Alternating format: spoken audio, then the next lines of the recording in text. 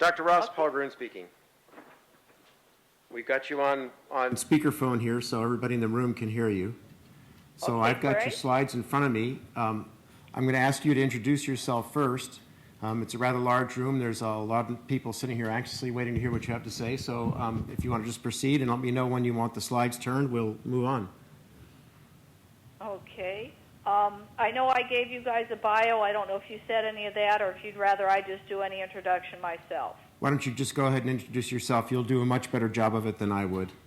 Okay, well, thank you. Well, good afternoon, everybody. This is Dr. Virginia Ross. I'm an engineer with the Air Force Research Lab, formerly the Information Directorate, and now I work with the High Performance Computing Facility at Wright-Patterson Air Force Base. I've got a PhD in Information Technology, a Master's in Mechanical Engineering, another Master's in Technical Japanese, and a Bachelor's of Chemistry with Materials Emphasis. I've been working in the high-performance computing area since the mid-'90s. I ran a high-performance computing facility for about 10 years. I recently got a local engineering award for engineering professionalism. I do a heavy amount of volunteering. I'm an ABET accreditor. I've been running lots of cloud computing efforts, both small business and for DARPA. I'm now working with, efforts for large supercomputing systems and some work with cloud. And I'm the U.S. National Lead for the Technical Cooperation Program effort in cloud computing. We're working with several other English-speaking nations. And really looking forward to talking to all of you and hope you're enjoying it out in Monterey. I kind of wish I was there. I like the coast and the weather. And but anyhow, appreciate the opportunity to talk remotely. And this afternoon I'll be talking about cloud computing for the Department of Defense. Next slide. And I'll be covering a variety of areas, background in cloud computing, federal government issues for cloud computing, and organizational benefits that can be gained from adopting cloud computing, and then summarizing the effort. Next slide. There has been a tremendous growth in the use of computing and internet use expansion in the last few years, and along with it has been a tremendous growth in big data, large amounts of applications, just more data than a lot of organizations can handle it, and the analytics to go with it. All of these give opportunities for cloud computing. Organizations are investing a lot of money and manpower in computing, and having an approach that can save them money, save them time, give them more compute power has a tremendous appeal. Cloud computing centralizes the computing function, and as such is able to capitalize on economy of scale, make more efficient use of resources by sharing computing resources among groups, make them available to a larger user base, and also is agile enough to meet changing needs. So, if one group's not using a system, another group can, and that can be very valuable. It also enables rapid changes in usage. Next slide. And the background of cloud computing, next slide, I'll be covering lots of different areas, basics of it, and what it's used for, and so on.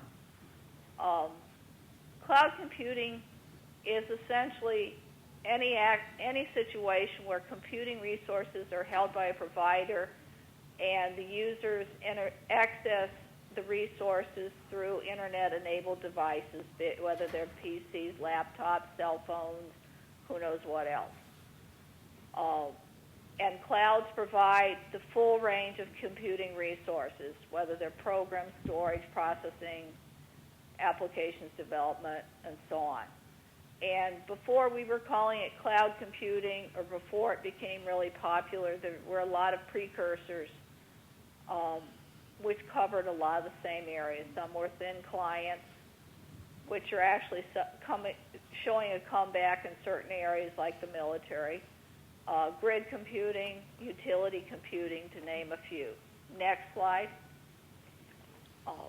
There is a growing emphasis on standardization and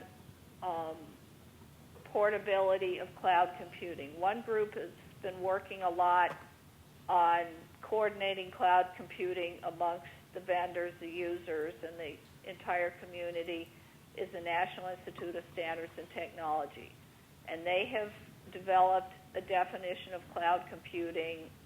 This is a summary of it. They have a tremendously long document with lots of details too. But basically, cloud computing is a method where you have anytime, anywhere, on-demand network access to shared computing resources that can be rapidly provisioned with minimal management oversight. Obviously, if you have a private cloud, it's only available to the small group. Something like Amazon or Google, anybody who can set up an account and pay for the usage, can get access normally. Next slide. There are various essential characteristics for a cloud computer to make it usable to the vast majority of users. They're primarily on-demand self-service, quick, rapid use. Broad network access. They need to share resources. Have rapid elasticity, means you can change from little use to a lot of use and back and forth with very short notice. And then they have measured service. For many providers, measured service comes in dollars or other financial transactions. Some groups, various professional groups, may allocate hours rather than financial accounting. But either one is a way of measuring usage. Next slide. DISA is doing a lot within the Department of Defense to standardize and promote cloud computing. And they've identified various trends that enable cloud computing usage. One trend is the increased use of parallelism, which comes along with big data and massive analytics. They need to be able to split up and parallelize running the code. There's increased use of virtualization, which, for all sorts of computing applications, which is something that cloud computers do very well. And for those of you who are not familiar with virtualization, what this is a software virtualization or creation of, let's just say a Windows box, a Linux box, or whatever on a large computer. So it enables the computer to change via software to meet whatever needs users have. There's use of commodity components, which brings down the cost of computing. Open source software comes in handy. And to save money, one example, the Carbon Disclosure Project recently estimated that by the year 2020, the 2,000 largest U.S. companies will be saving about $12 billion a year by adopting cloud computing. And this is a significant chunk of change. And cost is a major driver behind cloud computing, though by far it's not the only factor. Dr. Ross, if I could interrupt you for just a second. You mentioned DISA here. The audience may or may not know who DISA is, but does the point of this slide reflect an increasing interest in DoD in adoption of cloud computing in general? Very much so. So you might describe just briefly DISA. I think it's like Defense Information Science Association, something like that. It's a defense organization that does a lot of the IT work, and they're doing a lot to set standards for cloud computing within the defense community. And I do have some slides farther on that go into federal cloud computing in a lot more detail. And if we could wait on that, and if you have more questions, maybe we could ask them then. Yep. Would that be appropriate? No, that's great. Thanks. Okay, I apologize if it wasn't real clear here, but I think later on will help, and I'd be very happy to address any further questions.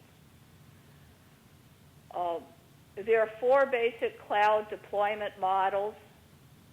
Within an organization, there can be an internal or private cloud, which is either owned by the organization or leased by somebody else. There can be a community cloud, which is shared by a specific community, whether it's like the Open Fabric Alliance may have a shared cloud or chose to. A lot of other communities, a group of doctors together can have a shared cloud, and so on. A public cloud is generally a commercial cloud by a large group, such as Amazon, Google, or others, that provides clouds for a fee to users. And a hybrid cloud can be a cloud with at least 2 of these types combined. And there are various services provided by a cloud. One of the newest types is business process as a service, which is an entire business process provided through a cloud model. This is definitely a growing area now. Another large one is software as a service, where software is provided over a network to users. For example, if somebody wants to use MATLAB and doesn't want to buy a license, they could obtain MATLAB through a cloud, for use. Platform as a service is a platform provided over a cloud. Infrastructure is entire computing infrastructure, storage, network, processing, etc. And all of these come on a cloud, from the cloud, delivered over the internet. There's tremendous growth expected in cloud computing over the next few years. By 2020, the entire global cloud computing market is supposed to increase about 6 times, from a little over $40 billion in 2011 to $240 billion in 2020. So this is an area of very significant growth. It's not only increasing in certain areas that use it now, but it's entering new markets where it hasn't been used beforehand.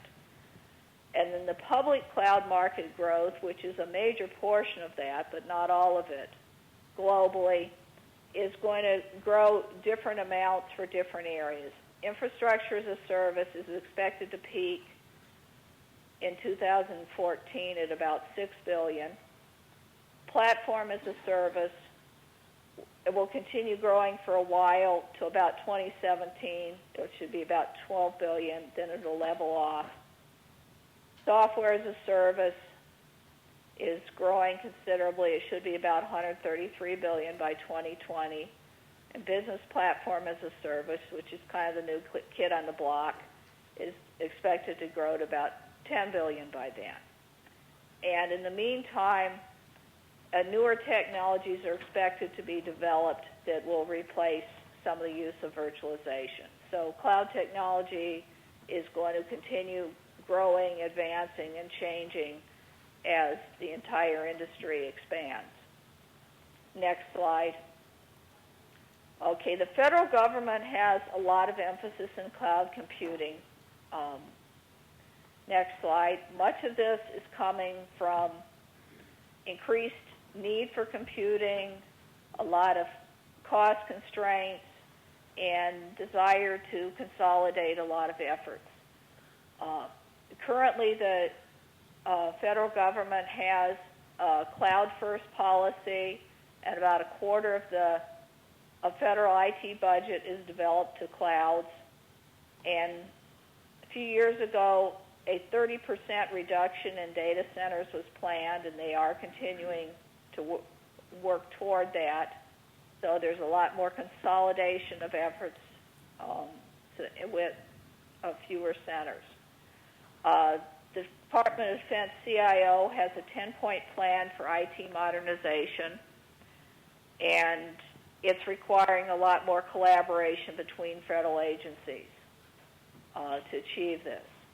The General Services Administration launched kind of a one-stop shop for cloud computing called Info.apps.gov, which provides cloud computing information and services to federal agencies, primarily non-defense. Okay, now we're going to get into more of the federal cloud computing stuff, and if you have further questions, please let me know. Next slide. The Federal Cloud Computing Initiative focuses on implementing cloud computing solutions that increase operational efficiencies, optimize common services and solutions, enable transparent, collaborative, and participatory government. In other words, they want everybody to work together better and save money. There's a lot of work to improve different agencies' access to cloud technology. The Federal Data Center Consolidation Initiative is working on data center consolidation, and FedRAMP provides a standard approach for cloud security assessment. And security is one of the biggest stumbling blocks for people adopting cloud computing. A lot of places are very hesitant to release control of their data to a cloud that they feel they don't have entire control over. There's a tremendous amount of security emphasis. A lot of clouds are quite secure, but many of the early adoption of cloud computing has been of the information that organizations don't hold as near and dear to their heart, the stuff that they're not as concerned about accidentally releasing. And there are a lot of efforts, like the Department of Defense High Performance Computing Modernization Program has very strong security for accessing their remote systems. And there are a lot of ways to make clouds and other internet-enabled computing platforms secure. But it does take time, it does take money, and it does slow things down in some ways. Another area in the Federal Cloud Computing Initiative is the cloud computing definition and related work that NIST has been doing. Okay, next slide. As I mentioned earlier, the federal government has developed Info.apps.gov, which is part of the federal CIO promoting the president's agenda to modernize the federal IT. Since we currently have a president who's younger and a lot more internet savvy than previous presidents, that has led to a lot more encouragement of clouds. And early in his first term, for example, President Obama had a town hall meeting that was he had a cloud for about 2 days. He was getting people to develop questions, vote on questions, and he was getting thousands of hits a second. He was able to do that with a cloud. After the end of a couple days, most of the cloud was released, and he went on. This is a sort of application that people that are computer savvy and comfortable with taking advantage of the clouds can do. And that's just one of many, many examples. But there is very high-level support of cloud computing adoption within this nation. And other nations, too, I expect. You know, NIST, for example, does work with other nations, too, on cloud computing standards and so on. It's not isolated within the U.S. Some of the things provided by Info.apps.gov include business applications, productivity applications, cloud services, and some of the main services are software as a service, infrastructure as a service, and platform as a service. Next slide. The Air Force has been doing a lot of work in cloud computing. I'm just giving you a small subset. A lot of these are ones that I've dealt indirectly with or know the people working on, but this is a very growing area. IBM had an effort in 2010 to design and demonstrate mission-oriented cloud architecture for cybersecurity. Since then, Air Force Research Lab has launched a multi-year effort for a University Center of Excellence in Assured Cloud Computing, which is with the University of Illinois, and it's partially funded by Air Force Office of Scientific Research. There are a lot of efforts in high-performance cloud auditing. A book just got submitted to the public Springer last week for publication. This was out of Air Force Research Lab.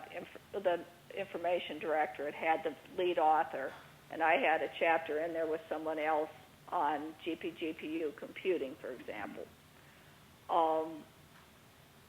There's been work on cloud computing for ad hoc wireless network, cloud grid virtualization for Air Force weather, SIBR, which has worked very closely with the Air Force Weather Agency. There's some planned efforts in cloud computing to support infrared data coming from satellites. And the high-performance computing facilities at many DoD sites operate in a manner very similar to cloud computing. Are there any more federal questions, or did I answer it closely enough? No, I think you got that one. Let's keep going. Okay, thank you. Next slide, please. NASA had one of their early developments in cloud computing is the Nebula platform. It was a pilot program at NASA Ames, which took open source components and gave a high-capacity cloud for computing, storage, and networking, and was cost and energy efficient, supported various missions and educational outreach. And Nebula and also their OpenStack are transitioning more toward more commercial cloud usage for this organization. National Science Foundation, next slide. National Science Foundation has supported extensive cloud research. A lot of this has been in response to the America Competes Reauthorization Act of 2010 for cloud computing research enhancement.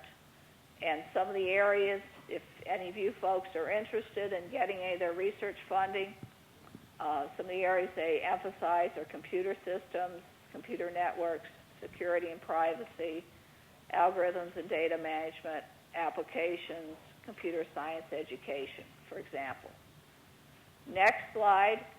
The Department of Defense since the mid-90s has had the High-Performance Computing Modernization Program, which has several large sites at different facilities. There are currently 5 of them, and lots of smaller sites at other Department of Defense facilities.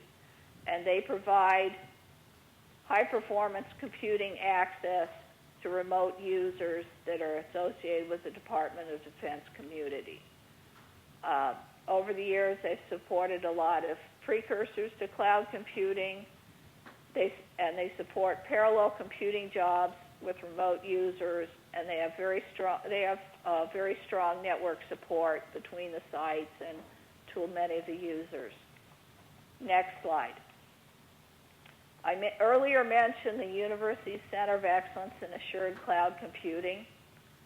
This is a collaborative effort between AFOSR, Air Force Research Lab Information Directorate, and the current university collaborator is the University of Illinois at Urbana-Champaign. There is the option of getting another collaborator in the future. A lot of the work is in cloud security and how it can meet Air Force needs. Next slide. The government is basically, for the cloud strategy, is working at meeting growing computational needs, enhancing reliability, centralizing security, having 24/7 availability. There's also a lot of work in the individual services to have field-capable clouds. So if somebody's out in the field doing a mission, they can have a cloud which can handle movement, handle parts coming on and off the network and so on, and continue operating the mission with security. And that's not only important to the Department of Defense, Homeland Security, various utilities can have some similar needs. A lot of other groups have security and other field needs.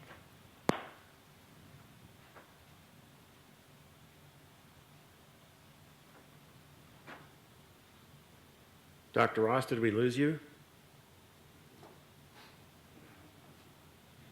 No, we may have lost the bridge.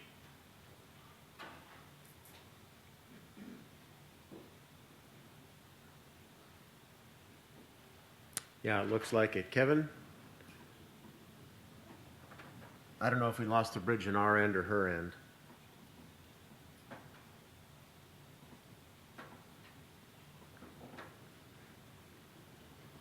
Virginia Ross has joined the conference. Okay, Hello you're back. again. Sorry about that. I think my ear hit the off switch. Okay.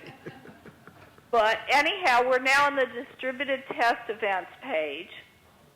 And one way, as I mentioned, field applications, this is one example. The Joint Mission Environment Test capability does a lot of field testing, and they have training architecture, and cloud computing can give them a ability to do a lot more capable field tests.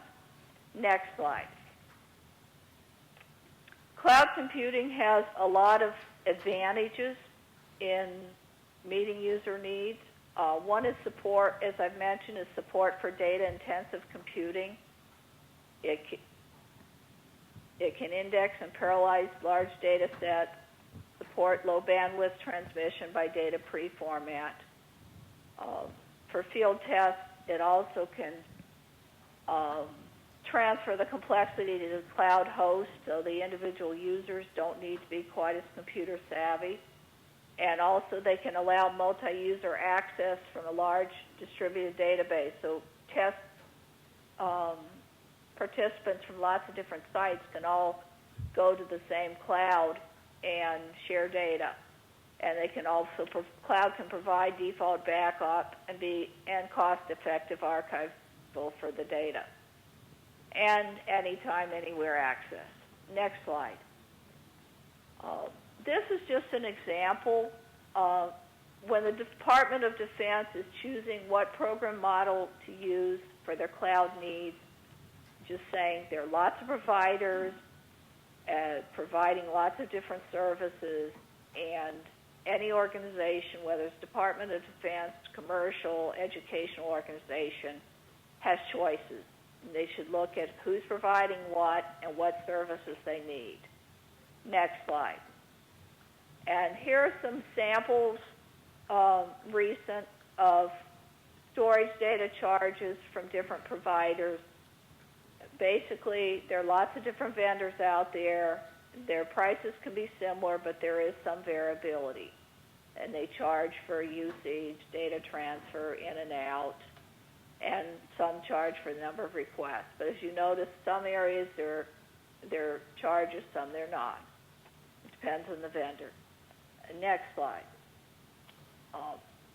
As I've mentioned in the past, cost savings are a significant driver for cloud computing by a lot of different organizations. And it's been estimated that organizations can reduce costs by about 5 to 7 times in their infrastructure, such as power, network operations, and so on, by using cloud computing, which is significant.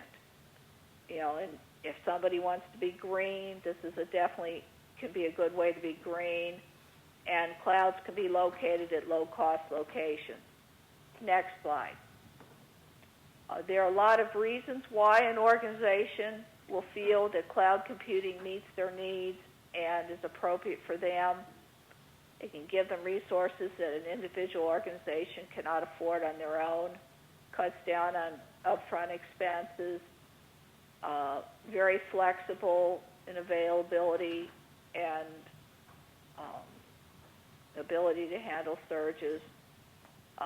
They outsource the security to an organization that is well equipped to handle it. Clouds take data-intensive applications, mobile ones, do large parallel jobs, and various organizations or countries with limited resources can get access to capabilities that they couldn't even consider otherwise. Online gaming is a very large growth area for cloud computing, a large driver for it. A lot of these massive online games, World of Warcraft, Second Life, and so on, those use a lot of resources. Medical research is a very growing area for cloud computing, though it is an area that has a lot of legal issues too. We have our HIPAA laws that have a lot of restrictions on, let's say, release of medical information. The European Union forbids organizations from releasing data outside the European Union of people's medical records. There are a lot of issues in that sort of area. Next slide.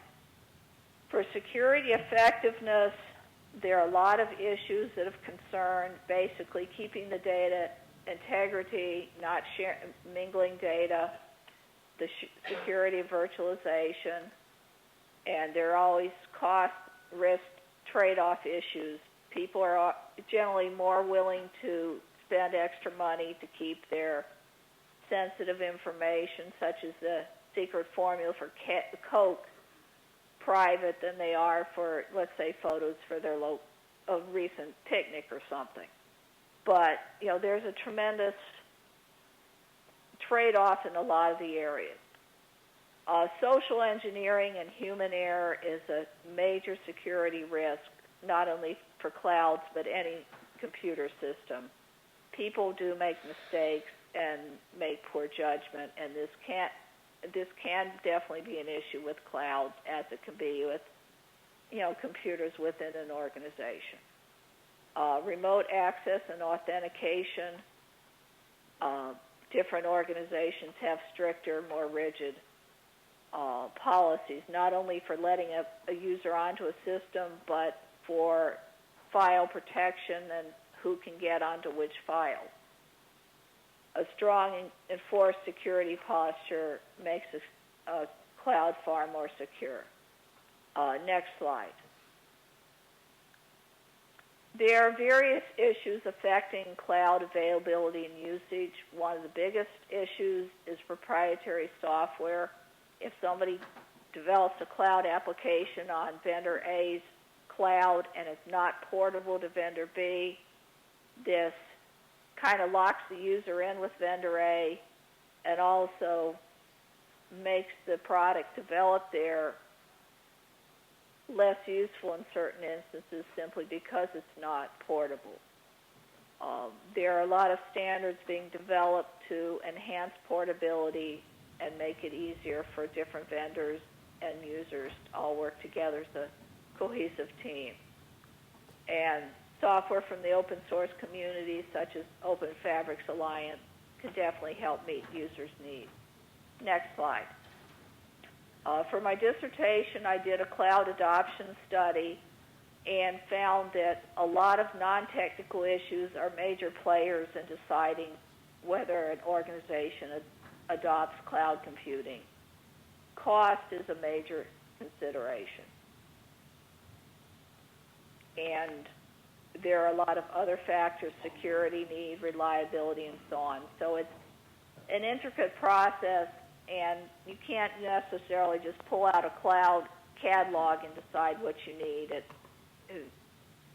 It's fairly complicated at times. Next slide, and next slide. In summary, cloud computing offers quite a few potential benefits to the Department of Defense and the broader computing community. And adopting an efficient shared software infrastructure, such as supported by the Open Fabrics Alliance, can enhance high-efficiency computing over a multi-tenant computing infrastructure. Do you have any questions? All right, are there any questions in the room?